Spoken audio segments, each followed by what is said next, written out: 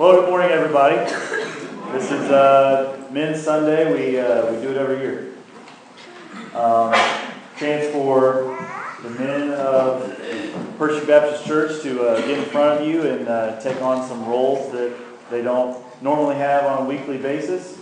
It gives the people that do have a role here on a weekly basis to kind of take a break and sit back and try to relax. I know it's hard to release some of that control that you normally have, but just bear with us. I think we're doing okay so far. Now, on a normal Sunday, the people that are normally here leading us take their time and really get through things at a nice pace. When you have people that are up here uncomfortable in that situation, they tend to go at the speed that it gets done fast. So if we're out of here at like 11, is anybody going to be mad? Just check. Okay, good. All right. I think it's probably normal for people to lead a message on a Sunday morning and just write out. I mean, some people don't even write out anything. They just get up here and start talking. But, like I know Pastor Chris, he has a format of notes that he writes up. And he just puts out 2 words or sometimes 2 letters, and he knows what that means. And that's not how I can do it yet. So I actually sat down and just typed out what I would call an essay. And so I'll try to be entertaining, but I'm going to read what I wrote.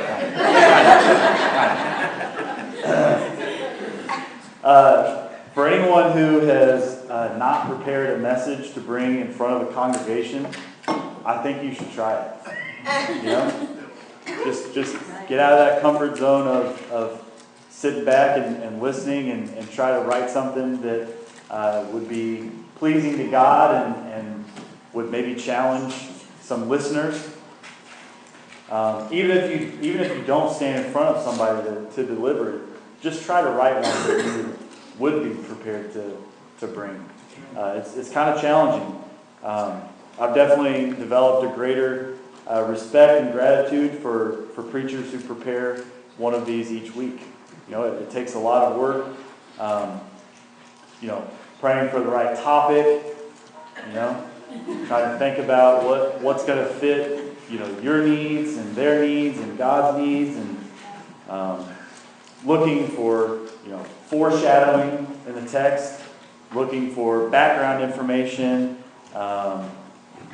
understanding what happened, what is about to happen. And so, after thinking about all that, I'm like, why am I here right now?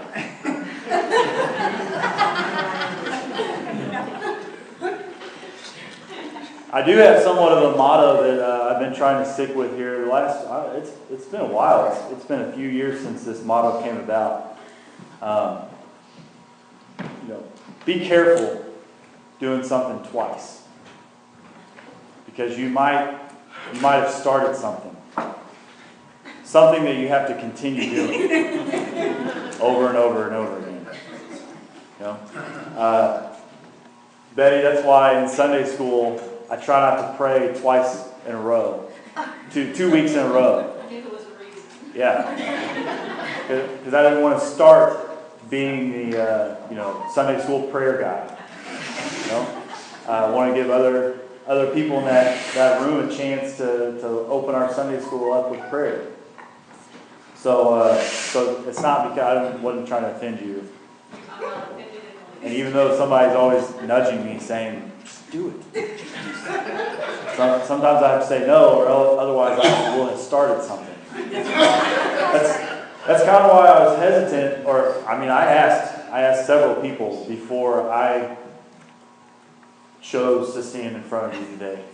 I asked several people if they would be willing to bring a message today, and people like Zane Carr, who's done it before, try to get them to do it twice so that they have to do it every time. But he's going to lead the Youth Sunday whenever they do that here in a few weeks. So, didn't want you to hear him twice. Asked some people that ended up, they were not going to be here this week, so they were out. So then I'm just like, okay, well, I'll do it. And I, again, after agreeing to lead you guys this morning, kept feeling that nudge. And so then, what do I preach about? Do I continue with Romans? No, probably not. Do I just stand up here and just share my testimony? That's kind of what I did a couple of years ago, and at that time, and it turns out I'm doing that this afternoon as well. So, not going to do that either. Should I preach on the book of Revelation?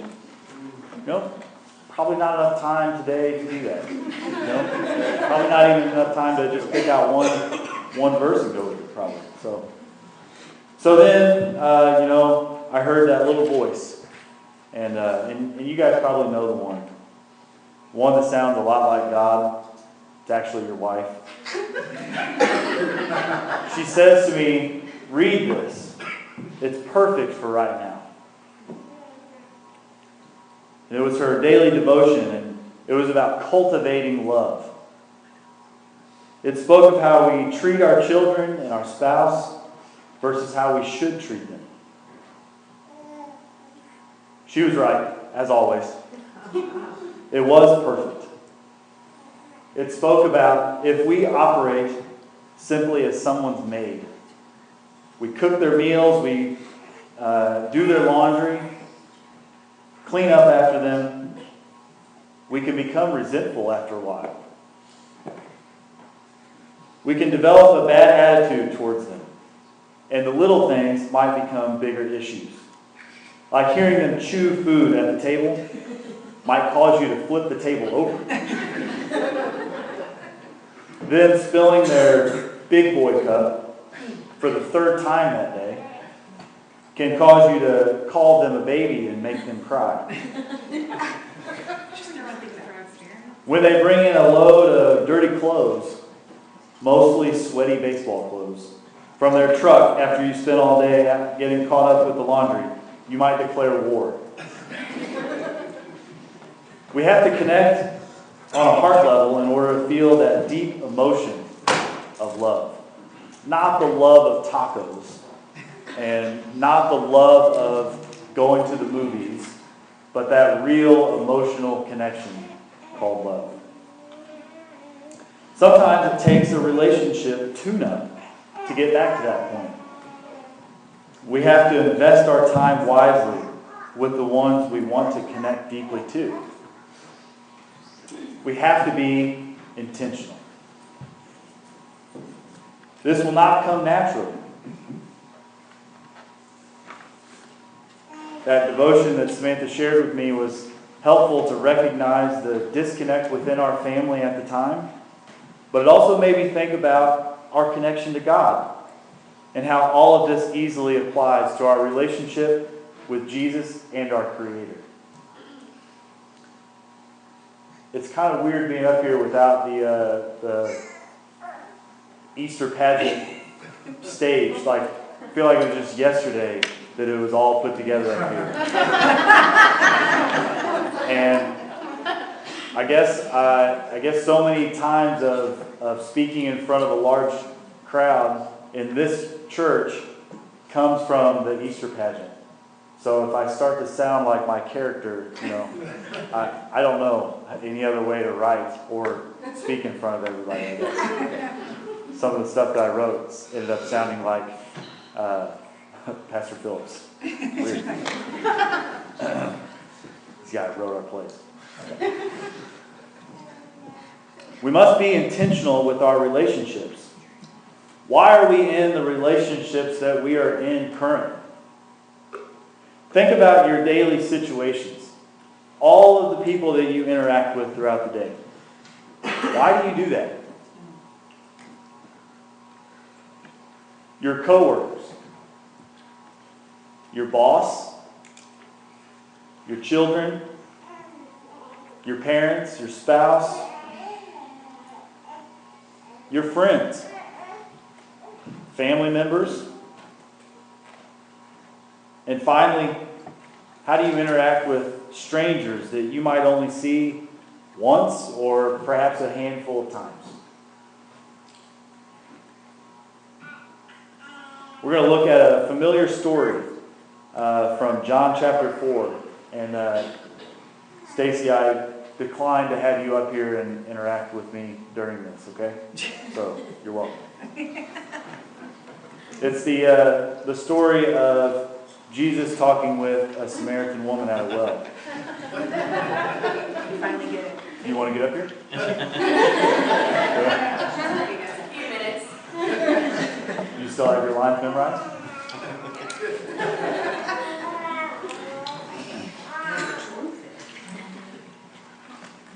I didn't put the text up here. It was kind of long, and I don't know where to find text on the computer. So, the Pharisees heard that Jesus was gaining and baptizing more disciples than John, although in fact it was not Jesus who baptized, but his disciples. When the Lord learned of this, he left Judea and went back once more to Galilee. Now he had to go through Samaria.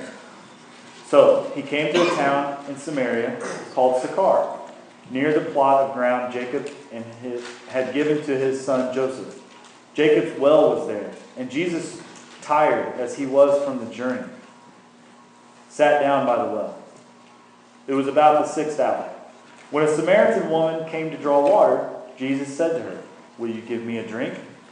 His disciples had gone into the town to buy food.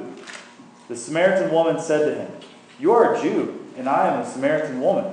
How can you ask me for a drink?" For Jews do not associate with Samaritans. Jesus answered her, "If you knew the gift of God and who it is that asks you for a drink, you would have asked him, and he would have given you living water." "Sir," the woman said, "you have nothing to draw with, and the well is deep. Where can you get this living water? Are you greater than our father Jacob, who gave us the well and drank from it himself, as did also his sons and his flocks and herds?" Jesus answered, "Everyone who drinks this water will be thirsty again, but whoever drinks the water I give will never thirst. Indeed, the water I gave him will become in him a spring of water, welling up to eternal life." The woman said to him, "Sir, give me this water so that I won't get thirsty and have to keep coming here to draw water." I'm going to skip down to verse 28. Then, leaving her water jar, the woman went back to the town and said to the people, "Come see a man who told me everything I ever did. Could this be the Christ?" They came up out of the town and made their way toward him. And then down to 39. Many of the Samaritans from that town believed in him because of the woman's testimony. "He told me everything I ever did." So when the Samaritans came to him, they urged him to stay with them. And he stayed 2 days. And because of his words, many more became believers. That's a good story of being intentional.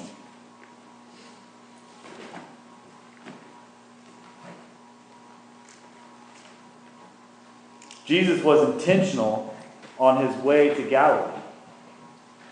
Jesus took the direct route from north, from Jerusalem to Galilee, through Samaria. In contrast, most Jews would take the longer, indirect route because of their hatred for the Samaritans. Jesus encounters a woman that eventually helps further the kingdom.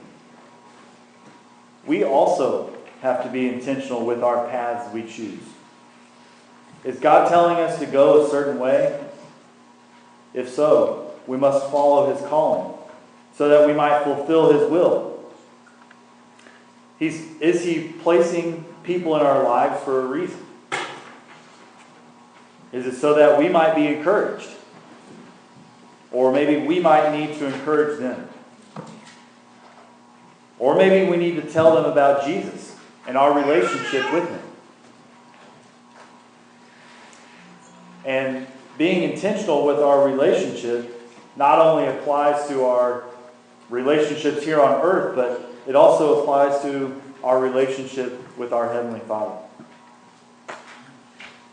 We must be intentional with this relationship as well. For example, why are you doing your daily devotional? Are you being intentional with that? Why are you continuing to pray? Is it out of habit?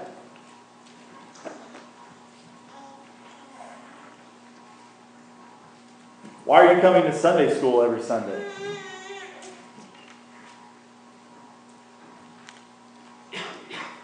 Why are you coming to church every Sunday?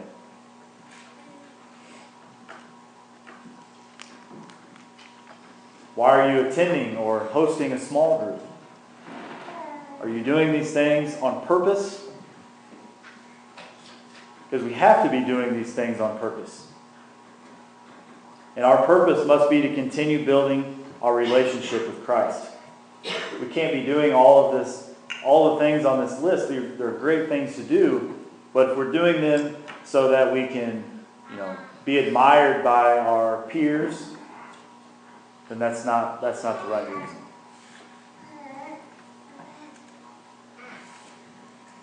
So be intentional with your relationships, both here on earth and with God. Look at where you are now versus where you should be in your relationship. Let's use your spouse, for example. Do you need a relationship tune-up? Did you used to be so close that you could finish each other's sandwiches?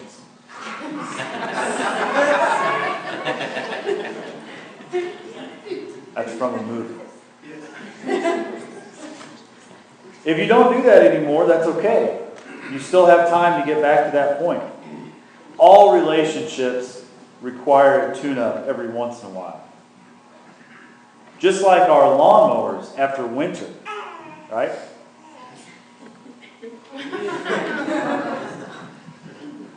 Probably a sore subject for some of you. Sorry to bring it up. This is like relationships that were once great.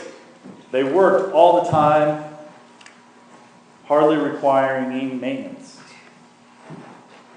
But now rough. After months of neglect and not being around each other, you lose touch. And that goes with your spouse as well. That's expected. But in the spring, do you toss out that lawnmower and get a new one? Yes. Some maybe do, okay? And maybe some do that with people too. I hope not. But if those that do, they're probably not being intentional with their relationships. Probably not doing things on purpose. When I think of tuning a relationship or getting back that bond that was loosened, my mind jumps to goal setting. And it's very hard to get anywhere with a goal if you don't know where you're trying to go. This is from a movie too. I didn't see it, but I heard about it. We've actually had this discussion in the dugout at a lot of our high school baseball games this year. It has to do with setting goals and then trying our best to reach them. Our team has two big problems. The first problem is that our pitchers need to throw first pitch strikes. After watching the Cardinal game last night, that's one of their problems also. It's also one of their goals, though. They talked about how their pitching coach and general manager have been talking back and forth to each other about what would make them the most successful team. It's throwing first pitch strikes. Our second problem is that the bottom of our lineup strikes out too much. It's okay in baseball to strike out, but when you're doing it 3 times a game, that's probably too much. So to combat these issues, we can't just say, throw it better, or hit the ball more, because we tried that and it didn't work. So we went back to the drawing boards and talked a little bit. And so now we're trying this newfangled idea of a goal-setting technique, where you set a goal and then try to reach the goal. Who knew that if you set a reasonable goal, you were more likely to reach that goal? I don't know. We want pitchers to throw 75% first pitch strikes. So what that means is that if a pitcher faces 24 batters, of those 24, 18 have to receive a first pitch strike. We don't expect them to go from 50% to 75% though in their very next start. We started in small increments, like from 50% to 60%, and then gradually getting to 75%. And as you do that, you can't just set a goal. You can't just say, okay, your goal now is 60%. There has to be some stepping stones along the way. A goal helps, but you have to have a way to get there. A path, or strategies, or stepping stones. So, you had to initiate a conversation with our pitchers and our catchers. We talked about pitch selection. Okay, we probably don't throw a first pitch curveball to the number 9 hitter, right? Probably don't have to do that. We talked about location, whether it was going to be inside, middle, or outside. And then also knowing the hitter. Do we know what this hitter likes and where we can throw it and they will not hit it? You too also have to set a goal for each of your relationships.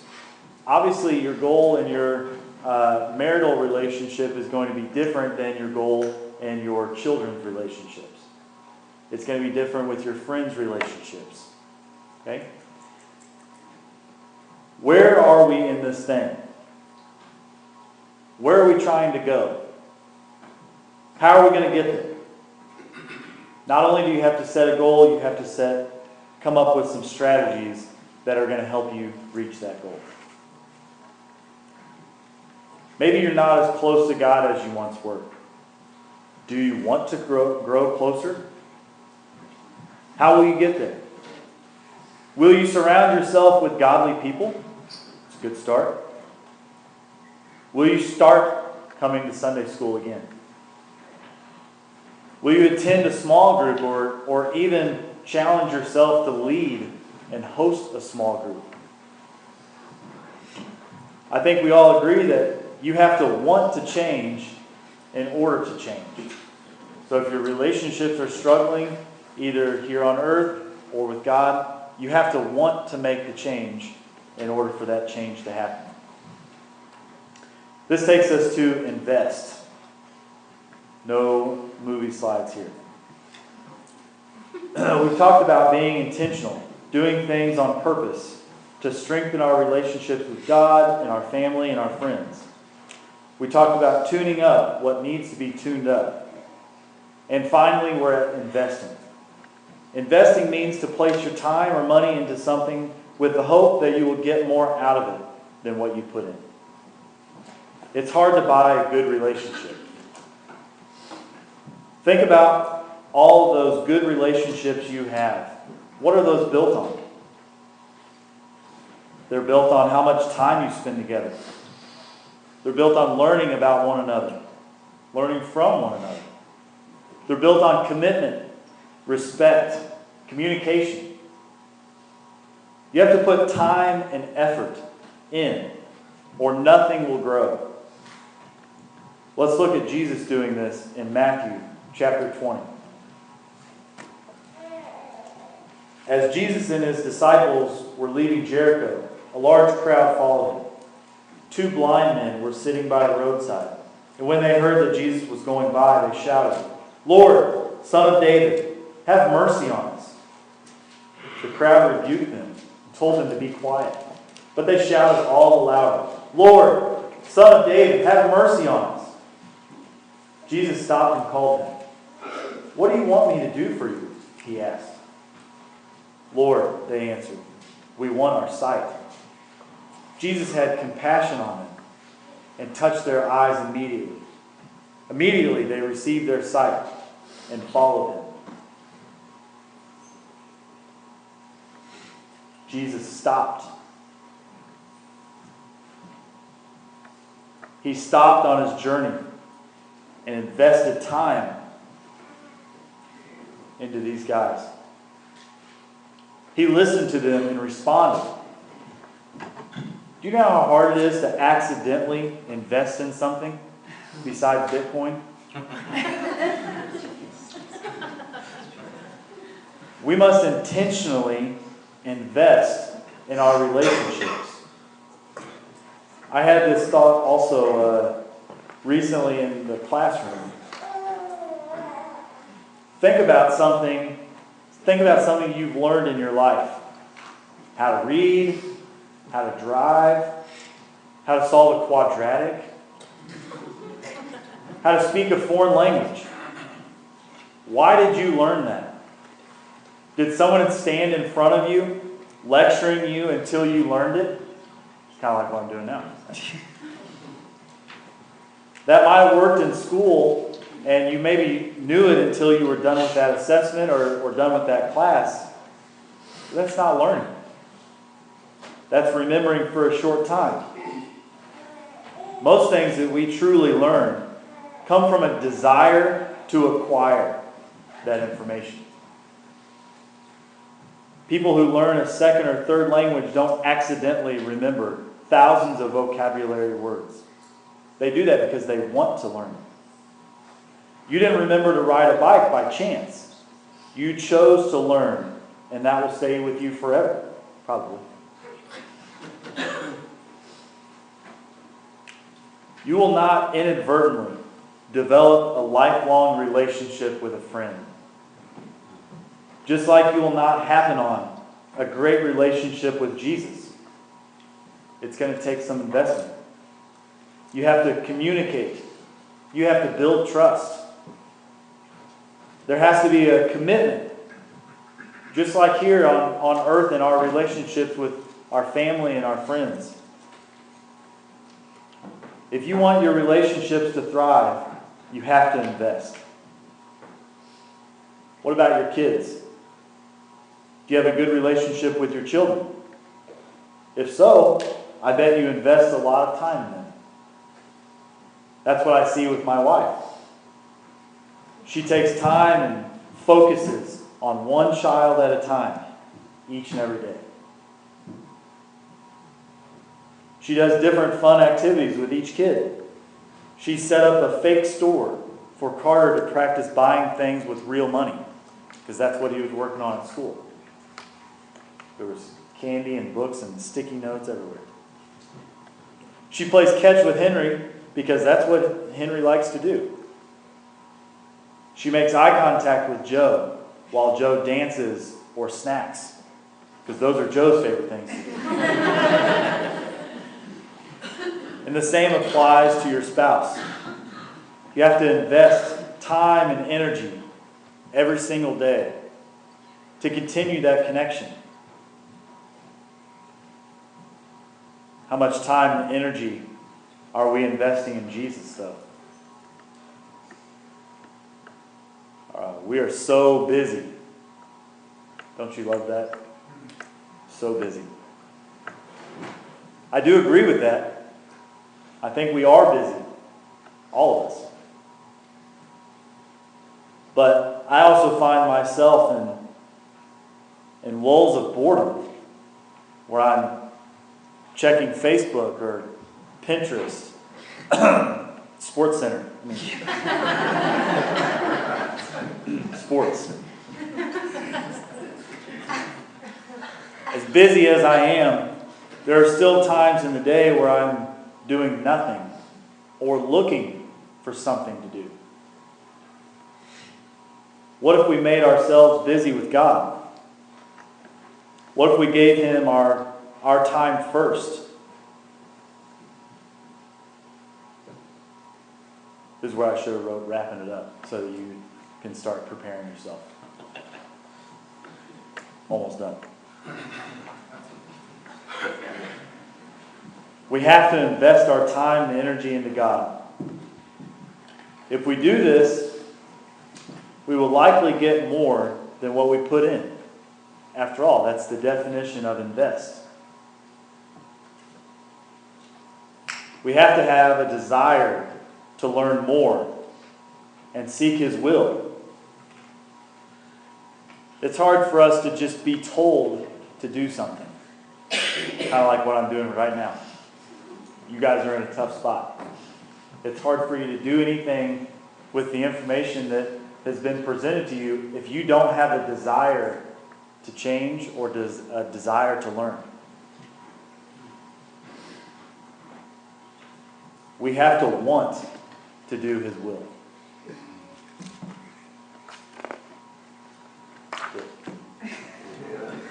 Thanks for putting up with me.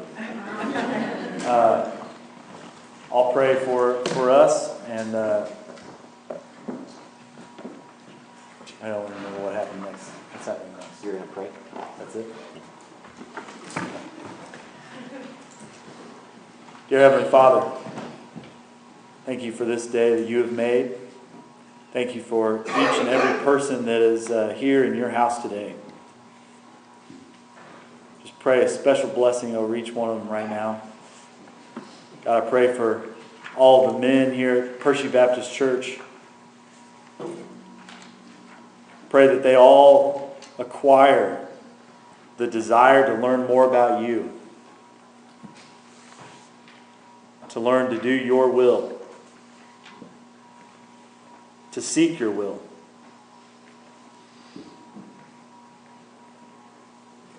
Pray for anybody in here that does not yet know Jesus. Pray that you be tugging on their heart right now, begging them to come forward, give their life over to you. I pray for the change that would happen in that family for anybody who does that.